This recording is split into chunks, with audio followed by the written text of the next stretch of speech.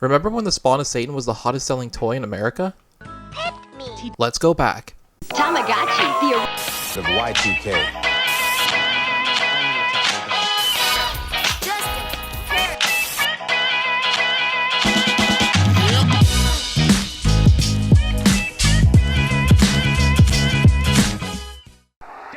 The year is 1998. Mark McGwire breaks a single-season home run record with the help of his two biggest supporters, Androstenedione and Cortisone. Bill Clinton denies having had sexual relations with the White House intern Monica Lewinsky. I did not have sexual relations with that woman.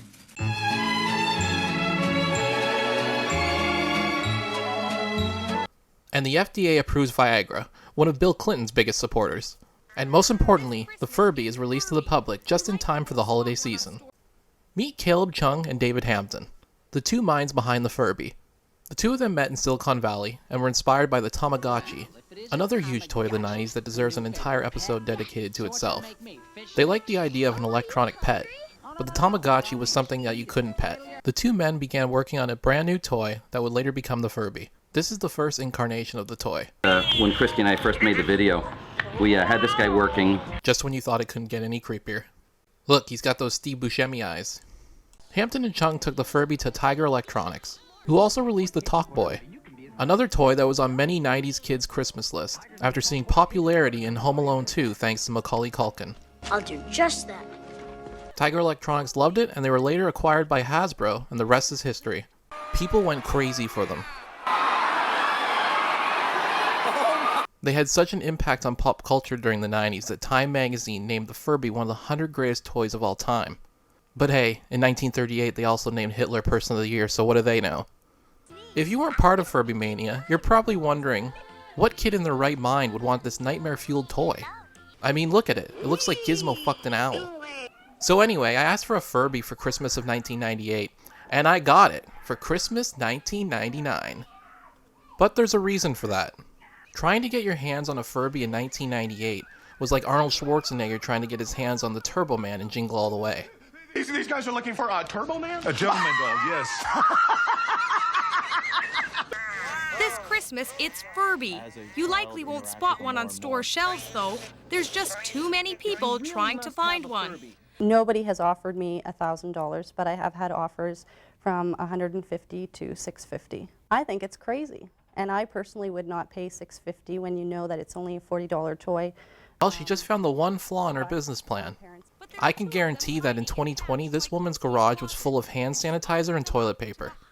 Releasing in just the last few months of 1998, Hasbro sold over 1.8 million units of Furbies. In 1999, they sold 14 million, and in the first 3 years of the release, sold 40 million Furbies. McDonald's quickly jumped on the Furby train with toys for their Happy Meal. There's something big at McDonald's. It's Furby, and right now there are 80 different colorful characters in all. Each one's a surprise in every Happy Meal you buy. The Furby spawned a movie, games, and whatever the hell this is.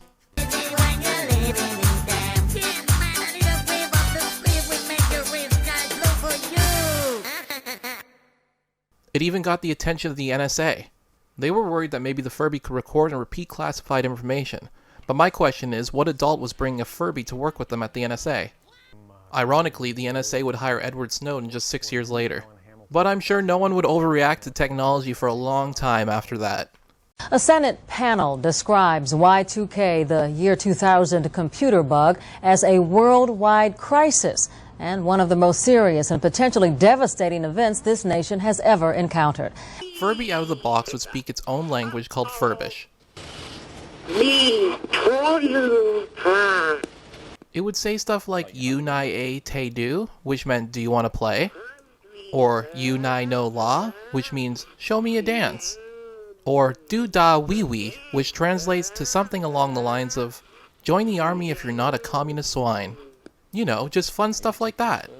Before going further down this Furby rabbit hole, there were two things I remember specifically from my childhood involving the Furby. One is the Simpsons episode that spoofed the craze with the killer Furbies called Funzo. It's always a party with Funzo. I admit it's kind of cute, but it'll never take the place of Malibu Stacy. The second is it would not shut up. even in the middle of the night. I would bury it in clothes under my closet, but you could still hear its muffled voice coming from inside, as I hid under my covers, questioning whether or not there was a god. Now this is where I plan to end the video. A short trip down the Furby memory lane. However, upon researching this, I found myself in a rabbit hole of Furby content that can't be ignored. It seems as though there is still a strong Furby community presence on the internet. In fact, a new generation of Furby was released in 2012, now with digital eyes. Look how they massacred my boy. However, it's the passionate adult fans that fascinate me. Take Reddit for example. On r/Furby you can find all kinds of odd Furby content. You've got sexy selfie Furby, Christmas tree Furby, backpack Furby, plague Furby, multiple Furby tattoos, and even Guy Fieri Furby. Just when you thought taking a trip to Flavortown couldn't feel any dirtier. Someone even made an organ out of Furbies so that you can have a soundtrack to go along with your nightmares.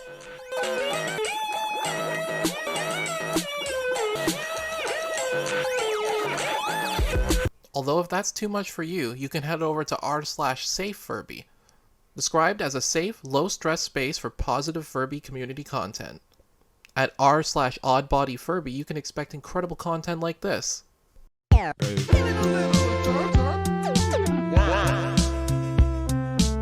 And r/Peeled Furby is exactly what it sounds like.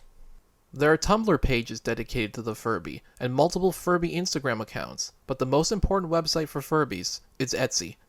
Etsy is where you can purchase your very own customized Furby, like Octopus Furby, Long Furby, Skeleton Furby, Whatever the hell is going on here Furby, and Muscle Furby. By the way, Muscle Furby is over $150, in case you're looking for that perfect gift for the person in your life that you hate the most. In the end though, it's just a toy that was loved by millions of 90s kids and still loved today. There aren't many toys that have lasted this long and still linger in our memories the way Furby has. We all joke about how creepy the thing looks, but the fact is you probably even clicked on this video because you saw Furby in the thumbnail or title. So before I go, I'll leave you with this. Wee wee woo wah, which roughly translates to long live the Furby. Or it means the toilet's clogged, but I'm not fluent in Furbish. Bye!